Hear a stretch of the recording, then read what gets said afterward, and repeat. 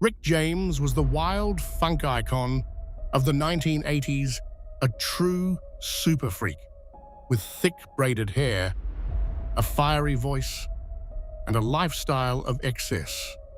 On stage, he was uncontrollable. Off stage, he embodied lust, freedom, and self-destruction. When Rick died of heart failure in 2004, the music industry's farewell was as quiet as the shroud over his casket. No one asked any more questions. Nearly 20 years later, inside an abandoned mansion in San Fernando Valley, where he spent his final years, a box of medical records was discovered. Inside were more than 40 pages of previously unreleased documents, including neurological reports, special prescriptions, and a bold printed notice, "Do not disclose publicly," seriously damaging to the artist's image. The final report, dated May 3, 2004, just 3 months before Rick's death, concluded that he had suffered permanent neurological damage, cognitive decline, and was under continuous treatment with antipsychotics and muscle relaxants. What sent chills down the spine was a handwritten note pinned inside the box lid. "If I don't wake up, burn these. People don't need to know how weak I became." Signed, Rick. The house remained abandoned, bearing eerie traces, walls soaked in the scent of time, and quiet scars from the past. In this video, we'll delve into the life of the man who gave the world super freak. Was there really a rivalry with Prince? What led to his tragic downfall? And what is the truth behind that shocking death? Stay tuned. This is the untamed, unbelievable story of Rick James. The mad game in the spotlight. In the early 1980s, Rick James wasn't just an artist, he was a phenomenon. World tours, millions of records sold, and parties stretching from sunset to sunrise, which became the new standard of funk-era superstardom. Super Freak wasn't just a song. It was a declaration, a license to live a life that only the bold, the reckless, and the lonely dared to enter. Rick built a luxurious mansion in the Hollywood Hills, a place without time, without rules, and without sobriety. Red velvet-lined hallways, mirrored ceilings, and a personal recording studio that never slept, whether it was 3 p.m. or 4 a.m. Rick called it "my church," a place where he worshipped with cocaine, hard liquor, and sex. He once hired an entire band just to play a single beat for hours, making them repeat it until his own feverish energy finally subsided. At the end of a session, Rick didn't ask, "Is it good?" he asked. "Is it crazy enough?" He snorted cocaine from a custom-carved silver cane. On the walls hung dozens of portraits he painted of himself, nude, drunk, and defiant. Everything revolved around one belief. Rick James refused to be ordinary. He was either a saint or a demon. There was nothing in between. But within that whirlwind, he began to shatter. His body started to rebel. His mind twisted. He suffered from chronic insomnia and grew paranoid that the FBI was watching him. Once he smashed every mirror in the studio, convinced he was being secretly filmed. A studio employee later said, Rick wasn't making music anymore. Rick was trying to escape himself. His bank account didn't dry up from failure. It vanished through reckless spending. He once dropped $50,000 on a party and couldn't remember who had come. The mansion became a lair, and Rick James turned into a living legend inside his own delirium. One day, Sitting alone in a smoke-filled living room, Rick scrawled on the wall with pig's blood mixed with red paint, "I made a deal with the devil and traded it for my name." And when the house was eventually abandoned, that message remained, like a scar on the legacy of the man who once made America dance. But no one knew he was crying on the inside. The sinful, sleepless nights. Rick James once said that women were living music. They inspired, they addicted, and they could also kill. In his hit songs, women often appeared as sexual symbols, rebellious spirits who were never named. But in real life, the women who crossed Rick's path were not just muses. They were witnesses. They were victims. They were the secrets he did not want to leave behind. Starting in the mid-1980s, Rick was not only addicted to drugs, he was addicted to power. And the place where power was most easily abused was in intimate relationships. Many people who had entered Rick's mansion said there were doors that were always locked. There were rooms no one was allowed to open. There were parties that did not end with music, but with scream behind velvet curtains. In '91, Rick was arrested for holding and torturing a woman over several days in a hotel. The evidence was undeniable. Burn marks, injuries, chilling testimonies. Rick went to court with a cold face, bloodshot eyes, and not a single apology. When asked if he felt any remorse, he simply replied, "I don't remember." In 1992, while out on bail, Rick James and his girlfriend, Tanya Hijazi, were involved in another serious case. They were accused of assaulting Mary Sager, a music executive who had known Rick for 6 years. Sager claimed the couple slapped and choked her repeatedly over a span of 20 hours. Both were brought to trial in 1993. Rick testified that he had fallen into deep depression after the death of his mother, and drugs were his way to numb the pain. But he denied the abuse, insisting, "I abused drugs, not women." The court did not fully believe him. Hijazi pled guilty and was sentenced to 15 months in prison. Rick was acquitted in the first case, but was convicted of holding and assaulting Sager as well as drug possession. He was sentenced to 5 years in prison, later reduced due to procedural misconduct by investigator Craig Gannett. The story behind that sentence was a rotten web of truth and lies. Gannett, the lead investigator, was accused of bribing witness Michelle Allen with heroin money and personal favors. He called her hundreds of times while she was in custody, recovered her car, and even searched for her personal information through the police system. In return, Allen gave testimony against Rick, including an allegation that he broke her arm. Later, she admitted it was her boyfriend who had done it.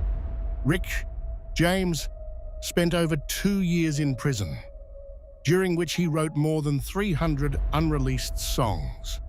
But the public did not forgive him. They saw him as a symbol of violence, of a decade gone out of control.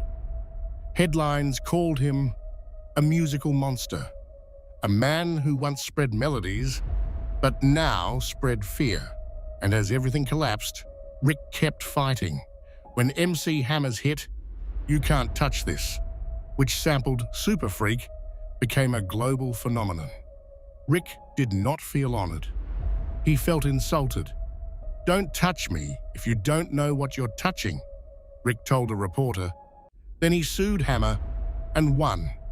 But the victory did not lift his head. It was just another stab. Rick delivered into his own memory, a reminder that what he had created had now been distorted by a new generation in a place where he no longer belonged.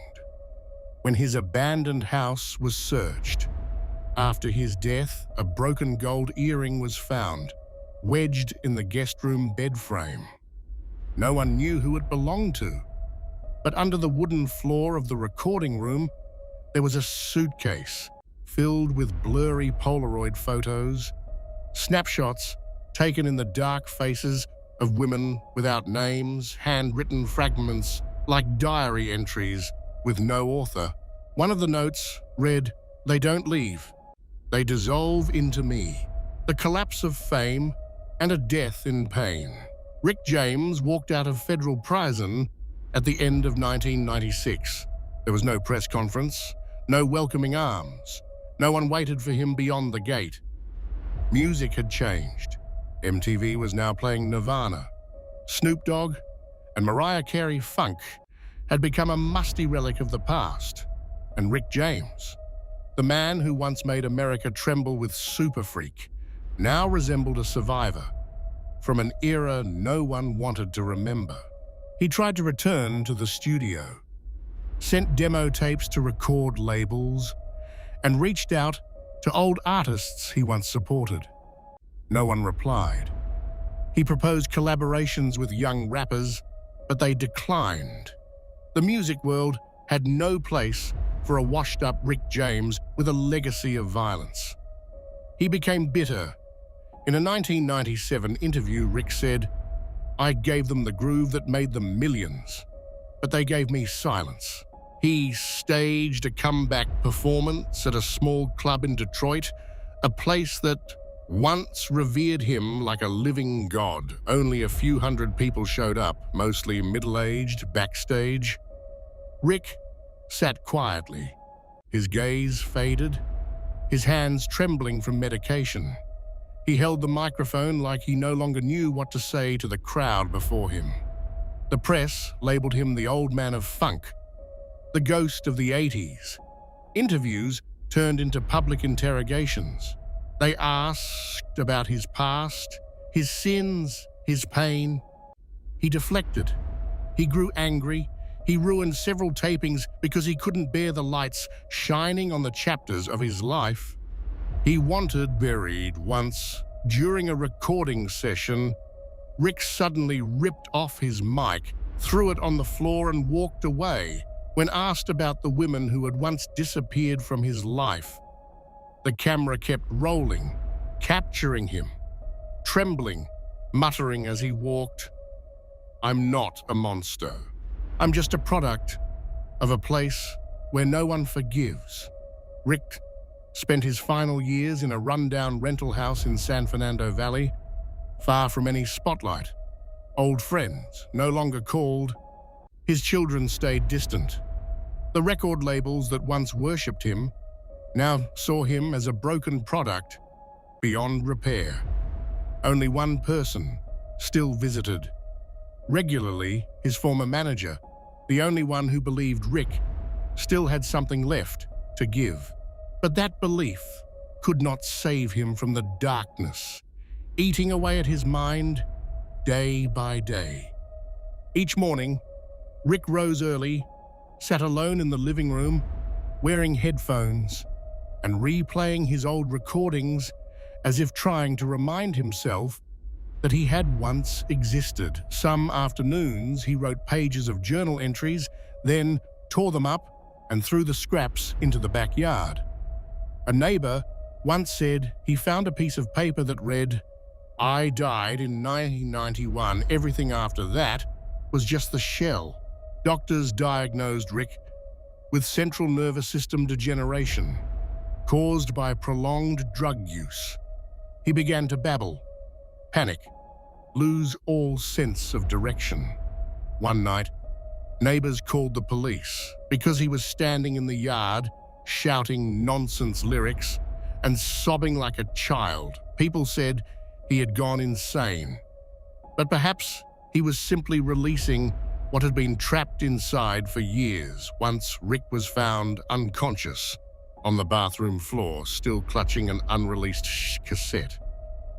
When he woke up in the hospital, he asked, "That song, did anyone hear it?" No one answered. and he went silent again. One morning in 2004, Rick James was found unconscious in bed. There were no more parties, no more music, no one left to call his name. Beside him was an unfinished notebook.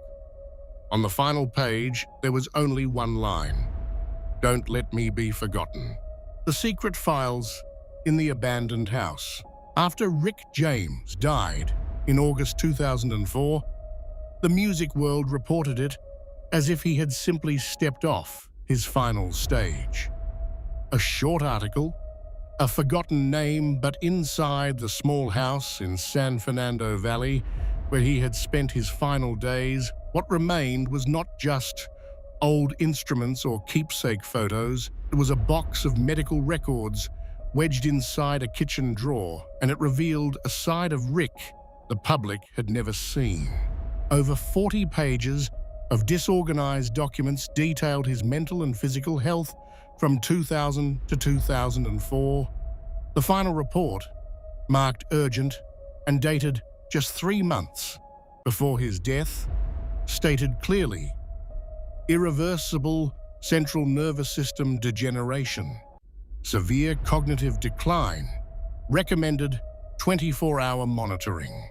In the attached envelope were multiple prescriptions, over a dozen medications including antipsychotics, heavy antidepressants, muscle relaxants, neurological stabilizers, and powerful painkillers, typically reserved for late-stage cancer patients. One prescription, written by hand, read, "If signs of extreme paranoia occur, inject haloperidol 5 mg. Do not wait for self-recovery." Rick James was no longer a musician. He was a body regulated by chemicals, minute by minute, hour by hour. An acquaintance said he often forgot what day it was, or kept asking about a melody he had written 20 years ago. One day, he looked into the mirror and asked, "Who is that? And why is he looking at me?" As if he has forgiven, Rick James's mind disappeared piece by piece. He left notes on the walls in marker. "Remember to take meds. Remember to turn off the stove. Remember who you are." Another message, fading from rain, and time was written in shaky capital letters. "I don't want to die in a body where the mind has already left." When police arrived at the scene after his death, they found empty pill bottles scattered around the room and a trembling hand clutching an old photograph. Rick James stood on stage, wearing a glittering leather coat, microphone raised high, the crowd below roaring. The photo was smudged with sweat, tears, or something no one could ever identify. The rebel born. A mid-order, Buffalo, New York, an industrial town of red brick houses where factory smoke blended with church bells. James Ambrose Johnson Jr. was born there in 1948 into a working-class black family. His father left when he was only 10. His mother, a housemaid and former dancer, had to raise 8 children in hardship. Rick once said, "I learned how to survive from my mother, but I learned how to rebel from the anger inside me." From a young age, Rick had an uneasy relationship with authority. He skipped a school, got into fights, stole things, and most of all, he hated being controlled. At 14, Rick joined the United States Navy, not out of patriotism, but to avoid arrest for draft evasion. But within months, he had deserted. In Toronto, Rick found where he truly belonged. The underground music scene, free and without limits. He played drums, sang backing vocals, and connected with names that would later become legends. Neil Young, Joni Mitchell, and most notably Motown, the label that paved the way for Rick James to enter the global stage. But Rick didn't want to be one of Motown's clean-cut singers. He wanted something explosive, dirty, sexy, and uncontrollable. And he achieved that with You and I in 1978, then Giving It to Me, Baby in 1980. And most famously, Super Freak, the hit that stunned America with a black man who dared to sing while flaunting a wild, blazing, sexually charged lifestyle on national television. In just a few years, Rick James went from an unknown deserter to the king of punk funk, shaking up the R&B world with a kind of energy no one else dared to touch. But behind the bright lights, the endless parties and the millions of records sold, there was a soul that had begun to fracture. What people didn't know was that even during his peak, Rick had to take tranquilizers every night. He once said in a 1982 interview, "I'm not afraid of dying from drugs. I'm afraid of being forgotten if I stop shocking people."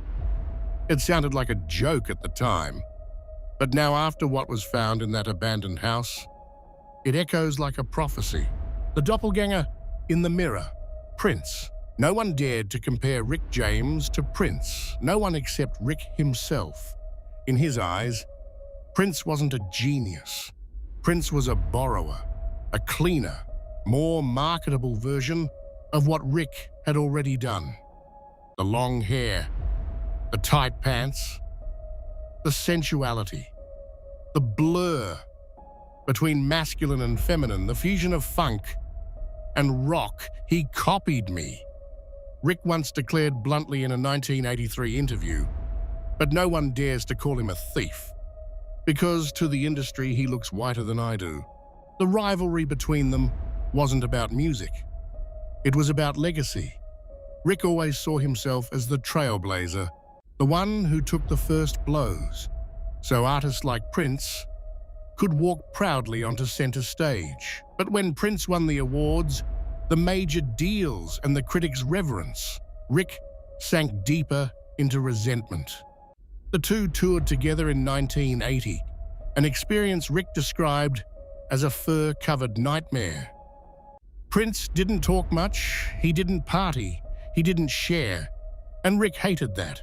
He said Prince was cold, calculating, and dangerous. After that tour, Rick James became obsessed with the name Prince. Anytime a young musician suggested a Prince-like sound, Rick would erupt. He banned his staff from mentioning the name.